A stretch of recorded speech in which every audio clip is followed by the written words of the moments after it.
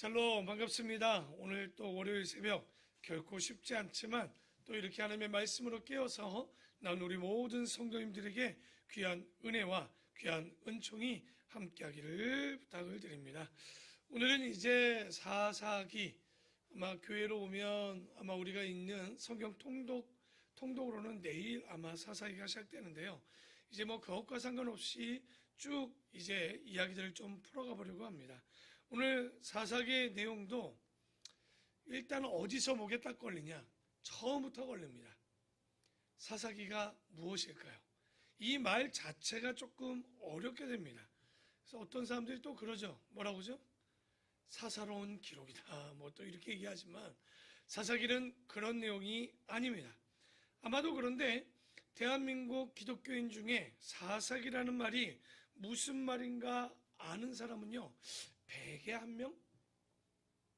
정확히 무슨 뜻일까요? 그러니까 사사기라는 말을 모르고도 우리는 사사기를 보고 있는 거죠. 제목도 모르고 그 말이 어떤 뜻을, 또 그 책이 어떤 방향으로 가는지도 모르면서 사사기, 이야기만 알고 있는 거예요. 사사기라는 말은 쇼페팀이라는 히브리어의 뜻을 갖고 있습니다. 그러니까 이것이 단수로는 원래 쇼페팀이 아니라 샤파트라는 단어에서 이것이 복수형으로 쇼페팀이라고 하는데 이게 사사기라는 뜻을 갖고 있는데, 그럼 먼저 하나 살펴봐야 되는 게 샤파트겠죠. 샤파트라는 뜻은 해석을 해보면 재판하다, 재판하는 사람들을 이야기를 하는데요. 그렇다면 지금 재판하는 사람을 우리는 뭐라고 부릅니까? 판사라고 부르죠. 그러니까 여기 사사기는요, 바로 다른 말로 한다면, 제목을 바꿔본다면 판사들의 기록, 재판장들의 기록, 이렇게 되어 있습니다. 뭐 다른 건 몰라도 우리가 사사라는 얘기, 뭐 삼손도 사사요, 기드온도 사사인데 이들이 어떤 뭐 이적과 표적을 보이는 게 우리는 기억만 남지, 이 사람들이 재판하는 사람이라는 생각을 잘 못하고 있는 경우들이 많이 있습니다.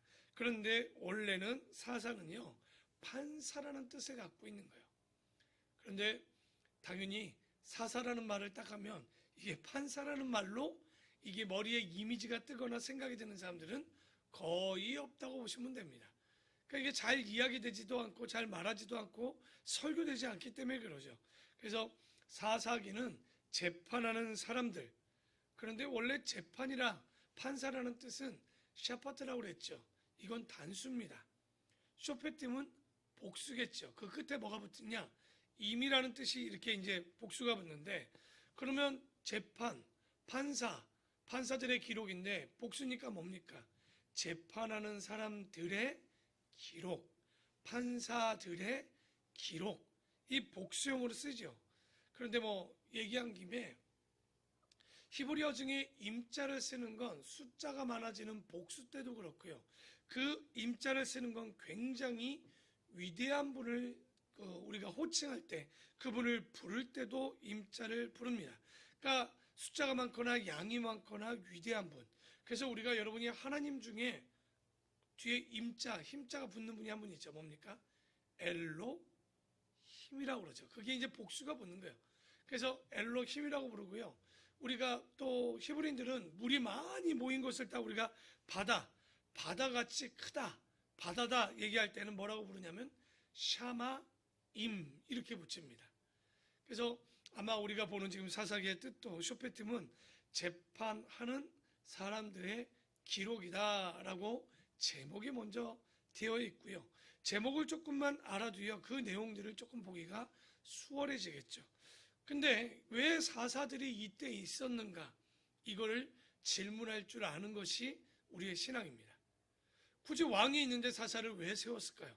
그런데 사사기 때의 왕이 누구고 재판관이 누구인가를 정확히 우리가 짚고 넘어갈 텐데, 우리나라는 자본주의입니까? 민주주의입니까? 사회주의입니까? 공산주의입니까? 민주주의라고 그러죠. 이걸 영어로 데모크라시라고 얘기합니다. 그러니까 민중이, 국민이 주인 되는 정치를 얘기하죠. 그런데 성경이 원하는 정치, 하나님이 원하는 정치는 민주주의가 아닙니다. 다수결의 원칙도 아닙니다. 우리는 그것을 뭐라고 하냐? 우리가 헬라어로 하나님을 데오스라고 부릅니다. 데오스, 그러면 이 하나님이 통치하는 정치는 뭘까요? 데오크라시라고 얘기합니다. 그러니까 하나님이 원하는 정치, 하나님이 통치하는 정치, 이거를 신주주의라고 얘기하고 다른 말은 신전 정치라고도 얘기합니다. 하나님께서 원래 꿈꿨던 나라는 뭐냐? 왕이 누구냐는 얘기예요. 사사시대의 왕은 바로 하나님이 왕이 되시고 시시콜콜한 이 땅의 재판은 누가 하도록 맡겨놓은 거예요? 사사들에게 이를 일임한 거죠. 하지만 하나님께서 마지막 최후의 심판만큼은 누가 하시냐? 하나님이 하게 돼 있는 거예요. 그래서 왕은 하나님이시라도 재판은 사람이 하는 시대, 바로 그게 어느 시대입니까? 사사 시대인 거예요.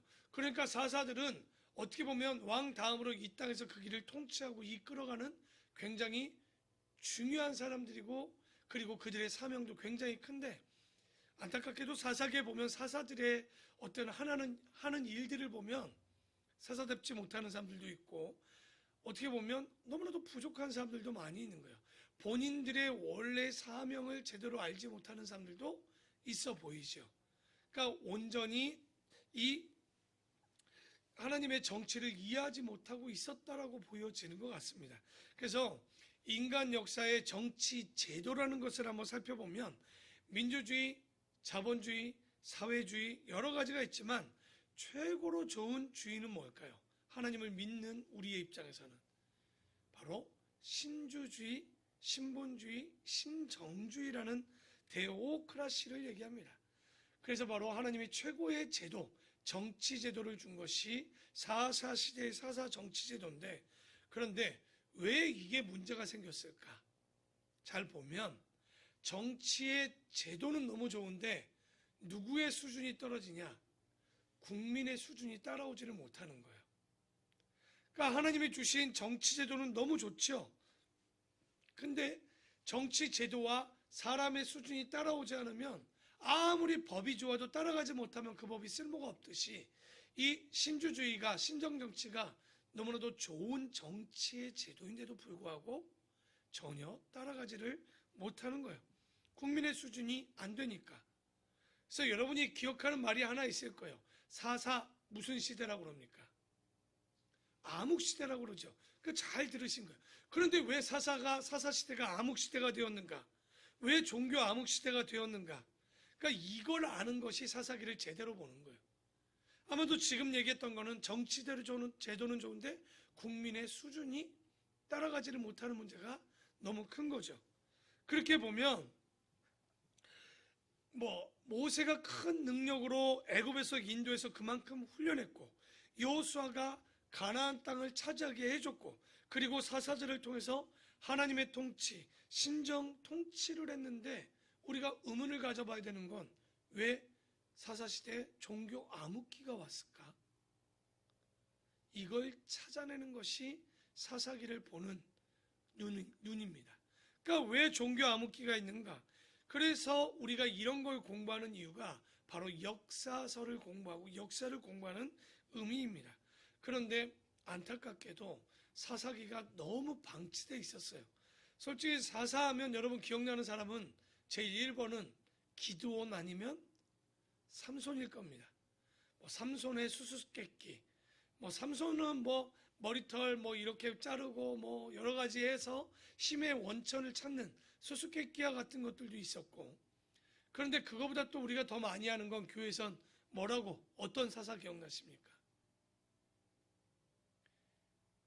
입다 그러면 자기의 딸을 바친 사람, 자기가 어떻게 보면 서원을 했던 일이 있어서, 근데 그거보다 제일 많이 설교되어지는 건 기드온의 300? 우리는 아니까 대답을 안 하지만 다른 데 가서 얘기하면 뭐라고 그래요? 100% 기드온의 300 용사라고 얘기하죠. 절대 용사를 남기지 않았죠. 내용을 잘 보시면 그 사람들은 절대 용사도 아니고, 알고 보면 이게 필요한 사람들이에요. 제대로 된 군사훈련도 안 되고, 이게 어떤 그런 능력치도 떨어지는 사람들을 얘기하고 있죠. 그런데 우리가 사사기를 그렇게 본다라고 하면 별로 아는 내용들이 없는 거예요. 그러니까 그 외에는 전혀 또 알 바도 아니에요. 그 다음에 나오는 사람들에 대한 사사들에 대한 이야기는 제대로 아는 것이 없는 것. 그런데 알고 보면 사사기는 굉장히 중요한 책입니다. 우리가 보면 밝은 양지의 밝은 내용들이 있는 성경의 내용들이 있는 반면 이렇게 칠흑같이 어두운 성경의 역사의 내용이 들어있는 데가 있는데 그게 바로 구약의 사사시대 종교 암흑기의 시대의 내용일 것입니다. 아마도 이 책은 평소에 보지도 않고 읽지도 않고 잘 설교되지도 않는 내용일 거예요. 그렇기 때문에 이런 것일수록 우리가 그 안을 점점 내다보게 되면요, 더 많은 교훈을 얻게 되고 더 많은 것들을 가질 수 있게 되는 거예요. 사사기라는 책은요, 성경의 분류로 하면 무슨 책입니까? 예언서,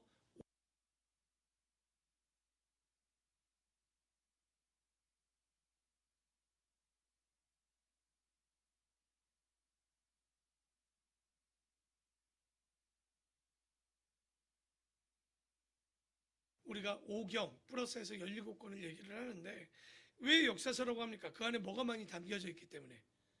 역사, 시간이 흐르는 그 사사시대의 내용들이 그 안에 많이 들어있죠. 그러면 이 역사는 누구의 역사냐? 히브리의 역사고 그 역사를 우리가 한번 이야기해 본다면 언약의 역사라고 할 수 있습니다. 그러면 언약의 역사는 누구와 언약의 역사냐? 하나님과 맺은 사람들의 언약의 역사를 전하고 있죠. 그런데 이 언약이 왜 중요하냐면 모세 이전의 애굽의 하나님과 약혼도 결혼도 하지 않는 상태의 이스라엘 백성과 그 이후에 시내산에서 언약을 맺고 길갈에서 다시 한번 맺었던 그 언약들을 기억하면 이제 여러분 우리가 결혼 전과 약혼 전과 약혼 후와 결혼 후는 같을 수 없어요. 약혼 전에는 우리가 뭐라고 그래요? 남자들이나 여자들이나 누구를 많이 만나보라고 그래요? 사람을 많이 만나보라고 그러죠. 그런데 약혼하고 결혼했는데 사람을 많이 만나보라고 합니까? 미친 거죠. 그거는 진짜 가정을 지킬 마음이 없는 거예요. 그러니까 언약의 역사라는 건 뭐냐면 하나님과 약속을 맺었기 때문에 이제는 아무 데나 가서 이방신에 기웃기웃 예쁘다고 기웃기웃 하면 돼요, 안 돼요? 절대 안 되는 거예요. 그러니까 하나님만 사랑하고 하나님만 바라보는 거예요. 당연히 우리 하나님도 누구만 바라봅니까? 우리만 바라보고 있기 때문에 이 언약을 약속을 했으면 약속의 민족답게 그것을 지켜 나가는 거. 그래서 지키면 복을 주지만 지키지 않으면 정확히 뭘 주냐면 저주를 줄 수밖에 없는 거예요. 함께 할 수가 없기 때문에. 그래서 이 언약의 약속이 굉장히 중요한데 그러면 성경에는 약속만 있습니까? 아마 창세기 처음 시작할 때 성경의 7가지 성경은 율법이 있고 약속이 있고 명령이 있고 시가 있고 찬양이 있고 우리가 막 이런 얘기 했었죠. 그래서 우리가 예언서, 시가서 막 이렇게 얘기하지 않았습니까?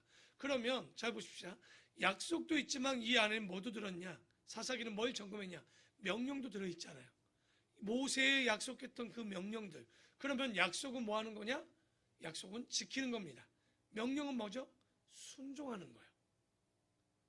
그러면 사사 암흑시대가 왜 깜깜했는지는 대략 나옵니다. 약속은 지키지 않았고 명령은 순종하지 않았어요. 그러니까 우리가 지난주에 봤던 여호수아의 마지막 장면에 그 하나 나오잖아요. 무슨 얘기입니까? 그 모세와 함께 했던 증인들이 살아있을 때까지 문제가 없었죠. 여호수아까지. 그러나 그 증인들이 사라지면서 약속도 지켜지지 않고 또 뭐도 지키지 않아요. 명령도 순종하지 않게 되었다는 거. 여러분 구약의 구약의 약속 출애굽기 19장 5절 6절의 말씀 세 개가 다 내게 속한 나니 너희가 내 말을 잘 듣고 내 언약을 뭐하면 지키면 너희는 모든 민족 중에서 내 소유가 되고 너희는 내게 대하여 무슨 나라가 되게 달라고 그래요? 제사장 나라가 되며 거룩한 백성이 되리라. 이 모든 말을 이스라엘 자손들에게 전하는 거예요. 가르치고 약속을 지키라고 하는 거였거든요. 그런데 그들이 그 말을 깨닫지도 못하는 거예요. 누구와 약속을 맺었는지, 누구만 바라봐야 되는지를 전혀 몰랐다는 거죠. 약속을 지키지 않았던 거예요. 그게 바로 사사시대의 이야기, 그게 종교 암흑 시대가 오게 되는, 원래는 하나님께서 꿈꿨던 건 뭐냐? 바로 하나님이 왕이요 재판관인 사사들이 재판을 하는 가장 아름다운 신정 통치, 하나님이 통치하시는 세상을 꿈꿨지만 그러지를 못했다는 거예요. 오늘 1절을 볼까요? 1절을 다 같이 한번 읽어보겠습니다. 사사기 1장 1절 함께 읽어보겠습니다. 시작. 여호수아가 죽은 후에 이스라엘 자손이 여호와께 여쭈어 이르되 우리 가운데 누가 먼저 올라가서 가나안 족속과 싸우리까라고 이야기합니다.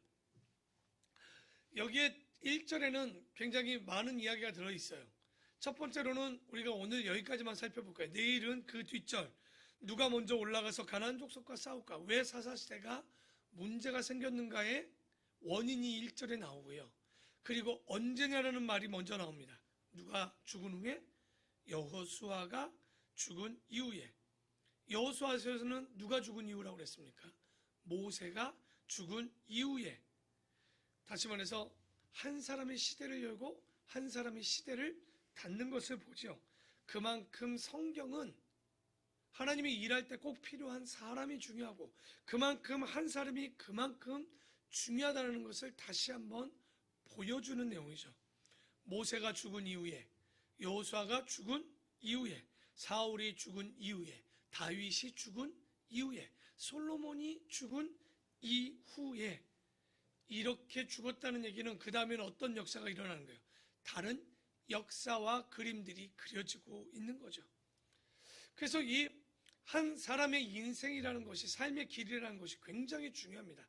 여러분, 이스라엘 왕들의 대략적인, 더 짧은 사람들도 너무 많았지만 그래도 적어도 왕이 대략 정치를 한다고 그러면 몇 년을 정치를 하느냐? 40년이었습니다. 사울도 대략 40년. 그 다음 누가 왕입니까? 다윗도 40년. 그 다음 솔로몬도 40년을 왕위를 지켜나갔습니다. 그러니까 대체로 보니까 왕권이라는 것이 40년 정도 재임을 했던 것으로 보여주는데, 모세가 뭐라고 그랬습니까? 사람의 연수가 70이요 강건하면 80이라는 말을 하는데, 대체적으로 우리가 잘 보면 75세 평균 이렇게 봅니다. 그러니까 적어도 이 이야기를 어제도 제가 했어요. 30 뭐라고 그랬죠? 공자가 입지라는 말을 했습니다. 뜻을 세워야 되는 나이. 남자가 30이 되었는데 무엇을 해야 될지 아직 모른다면 이거 굉장히 고민스러운 거예요. 왜? 인생이 너무 짧거든요. 25이 넘도록 뭘 해야 될지 모르고 갈팡질팡한다면 이건 정말 우리가 75년 정도 사는 시대에 있어서 굉장히 위험한 어떤 삶을 살아가고 있는 것 아닌가. 그래서 우리가 자녀를 키우거나 사람들을 보고 교육할 때 뭐라고 얘기하냐면 25년은 뭐합니까? 공부하고 군대 가고 가장 학문적으로 그리고 의무적으로 해야 될 것을 준비해야 되는 나이가 25년이라고 얘기합니다. 그러니까 그때쯤에는 뭘 해야 될지를 정하는 것이 맞는 거예요. 그래야지만 나머지 25년을 열심히 준비한 것을 살아가야 되는데, 문제는 25년 동안 준비 안 하면 또 어떻게 됩니까? 또 뼈 빠지게 안 하다 보니 25년을 뭐 할까 갈팡질팡하고 남은 25년은 또 뭐 하는 거예요? 후회하다 인생 끝나는 거예요. 참 어려운 이야기죠. 저도 솔직한 예로 25까지 그런 생각을 가져보지도 못하고 그냥 하나님이 나 잘 믿어야지 이런 생각만 하고 살았지, 그 이후에 어떤 별로 개념을 가지고 살지 못했던 것 같아요. 누군가가 저에게 이 시대에 이런 이야기를 했다면 깨달을 수 있었겠지만 제가 생각해 볼 땐 그때 들어도 못 깨달았을 것 같아요. 노느냐고 정신없고 하고 싶은 거 하느냐고 신앙이 없었다면 정신이 없었겠죠. 그래서 우리가 제발 우리 자녀들에게 지금이라도 해야 되는 한 이야기가 있습니다. 우리의 인생을 두려워하지 말라는 거예요. 실패의 인생을. 실패는 뭡니까? 학비를 내고 배우는 거예요. 그 삶을 다시 한번 생각해 보는 거죠. 그러니까 우리 잘 보면 생각만 하다 도전도 못하는 사람들이 너무 많이 있는 거 아닙니까? 그러니까 진짜 잘못된 것은 실패가 아니라 해보지도 못하는 것이 더 나쁘고 더 잘못된 거예요. 여러분, 인생에 있어서 공부가 안 될 수 있어요. 두려워하지 마십시오. 성경을 읽으면서 가다가 포기하는 게 나아요? 아예 안 읽는 게 낫습니까? 사람들 중에 그러더라고요. 어차피 다 못 읽을 것 같아요 하면서 연초부터 안 읽어요. 이런 사람하고 내가 그래도 읽다 중간에 끊기는 한이 있어도 시작하는 사람하고, 여러분이 부모거나 여러분이 하나님이라면 누가 그래도 더 손이 안으로 굽어질까요? 아마도 도전하는 자녀들일 거예요. 그럴 때 여러분이 뭐라고 합니까? 그래 괜찮아, 실패도 다시 한번 해보자 하지만 해보지도 않는 인간에게 뭐라고 그래요? 넌 어떻게 해보지도 않고 그럴 수 있니? 그러니까 오늘 이 말씀을 보면서 참 우리가 하나의 인물이 굉장히 중요하다는 생각을 해봅니다. 우리의 인생은 아직도 주변에 보면 인생에 있어서 미착수 인생이 참 많지요. 여러분, 우리 중고등부 청소년들은 다 뭡니까? 미착수 인생이에요. 아직 착수도 해보지도 않는 인생들이죠. 그런데 이런 아이들에게 요즘 보면 참 가슴이 아픕니다. 처음에는 부푼 꿈을 꿉니다. 야, 어느 대학을 가겠다.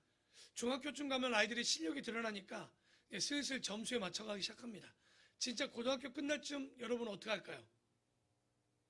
이제는 수능을 보고 점수를 보고 점수에 맞춰 과랑 상관없이 갑니다. 근데 우리가 한번 생각해 봐야 될 게 뭐냐면, 인간이 한번 인생을 태어났다면 점수에 맞춰가는 인생이 될 것이냐, 내가 하나님이 주신 어제 말했던 하나님의 신학, 하나님의 철학, 하나님의 신령을 가지고 점수가 되든 안 되든 내가 가야 될 일, 가야 되는 방향들을 알아서 가야 될 것인가. 아마 오늘 새벽 예배 드리는 분들 정도라면 적어도 젊으면 조금 지난 분들 아닙니까? 한번 뒤돌아보면 그런 생각할 거예요. 내가 그때 돈이 없어도, 내가 그때 좀 머리가 되지 않아도 한 번 정도는 내가 도전했다면, 그리고 그 길에 뜻을 가졌다면 조금 다른 인생을 살았을 것이라고 생각 안 해봅니까? 저는 그런 생각 종종 하거든요. 내가 그때 그냥 점수를 뛰어넘어 좀 한번 다른 걸 해볼 걸, 내 환경을 뛰어넘어 그냥 한번 도전해볼 걸. 저도 인생에 있어서 도전하지 못해서 열지 못한 것들이 꽤 많이 있습니다. 주어졌는데도 못하고, 뒤에는 환경 탓을 하고 못하고. 그런데 오늘 이렇게 보면 우리의 인생이 그렇게 길지 않습니다. 그런데 준비되지 못해서 도전하지 못하고, 환경 탓하느냐고 도전하지 못할 것이 아니라, 우리 아름다운 본교의 모든 성도님들이 부모가 되던 자녀가 되건 어떤 성도님들이건 시간을 낭비하지 말고 인생을 하나 써 그려나가야 되지 않는가. 오늘 사사기의 개요만 얘기하고 끝내려고 합니다. 이제 마지막으로 보면, 여러분은 오늘 1장 1절에 뭐가 마음에 남습니까?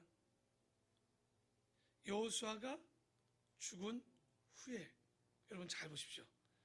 이 사람들은 그 역사에 있어서 뭔가 도전한 사람들입니다. 그러니까 성경에도 그들의 삶을 기록할 게 있는 거예요. 여러분, 우리같이 인생이 다람쥐 쳇바퀴 같이 도는 인생에 있어서 황규정 목사가 죽은 이후에 이런 말을 쓰여질 수 있을까요?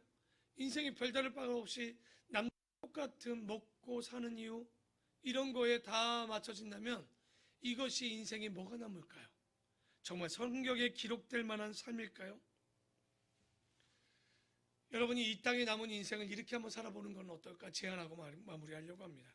내가 남은 인생 동안 하나님 나라를 위해서 역사를 어떻게 써가야 될지, 복음을 위해서 내가 어떤 역사를 써가야 할지, 교회를 세우는 일에 있어서 내가 어떤 역사를 써가야 할지, 이제 준비만 하지 마시고, 두려워만 하지 마시고, 미착수 인생이 되지 마시고 하나님 앞에 한번 도전해 보십시오. 성경이요? 도전해 보십시오. 까짓거 10권 읽다가 마무리하면 어떻습니까? 20권 읽다가 좀 멈추면 어떻습니까? 저는 항상 생각해 보는 것은, 하나님은 그래도 나아가는 자를 이뻐하고 도우시지 멈춰있는 자는 절대 도우지 않습니다. 여러분, 하나님 나라를 위해서 살아보십시오. 여러분 무엇을 입고 먹는 게 그게 문제겠습니까? 두려워하지 마십시오. 분명히 하나님이 일하실 겁니다. 오늘의 말씀을 붙잡고 이 사사시대라는 것이 결론적으로 왜 암흑시대가 됐는지 내일부터 하나하나 점검해 가보며 오늘의 말씀은 내가 어떤 인생을 살고 어떤 역사를 그려가야 될까? 마냥 그냥 오늘도 좋고 내일도 맛있는 거 먹고 좋은 집에 사는 것에 내 인생을 걸 것인가? 하나님, 아니면 하나님의 역사, 그리고 복음의 역사, 그리고 교회를 세우는 역사 위에 내가 어떤 획을 그어볼지 욕심을 내보는 우리 귀한 성결되기를 축원합니다. 기도하겠습니다.